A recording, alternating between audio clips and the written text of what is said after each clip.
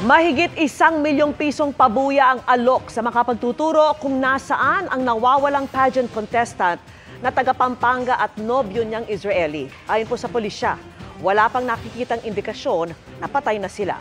At nakatutok si CJ Torida ng GMA Regional TV. Geneva Lopez, 25. Magdadalawang linggo na mula nang mawala ang beauty pageant candidate na si Geneva Lopez at boyfriend niyang Israeli na si Yitzhak Cohen. Tinitingnan ng Binong Special Investigation Task Group ang lahat ng anggulong pwedeng makatulong sa investigasyon. Ayon sa pulisya, 7 ang tinututukan nilang persons of interest. Premature daw na ituring na person of interest ang nobyo ni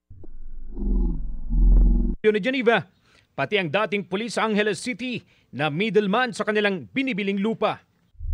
On the part po ng middleman ay siya naman po ay kusang pumunta po sa police station, nagbigay po siya ng kanyang mga pahayag, pero investigation na would somehow consider this as additional information na kailangan nating i-validate, i-confirm at i-vet yung mga sinasabi po niyang pahayag at i-compare po natin yan doon sa mga na-recover at kinukulit pa po nating ebidensya.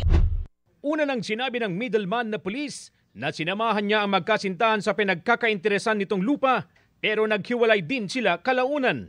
Siya ay nakipag-usap nga sa magkasintahan nito at naghiwalay na sila pagkatapos ng site visit nila sa lupang bibilhin at nabalitaan na lang nila na nakita yung abandoned na vehicle. Sa resulta ng macro-etching na isinagawa ng pulisya sa abandonadong SUV, lumabas na hindi tampered ang chassis at engine number nito. Malaking tulong din daw ang mga fingerprint na nakuha ng SOCO mula sa sasakyan para malaman ang pagkakakilanlan ng mga taong gumamit nito.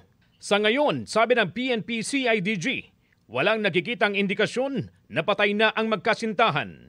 Malabo pa po yung ganong anggulo dahil sa ngayon ay wala po tayong nakikitang body or anything na makakapag-ugnay kung sila ay buhay o patay. Pero we are hoping na sila ay buhay. Wala pang bagong pahayag ang kanilang mga pamilya.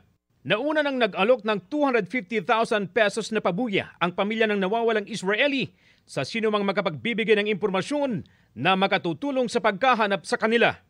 Dagdag pa riyan ang 1 milyong pisong alok na pabuya ni na Pampanga Governor Dennis Pineda at Vice Governor Lilia Pineda at 150,000 pesos ng Santo Tomas LGU kung saan residente ang pamilya ni Lopez.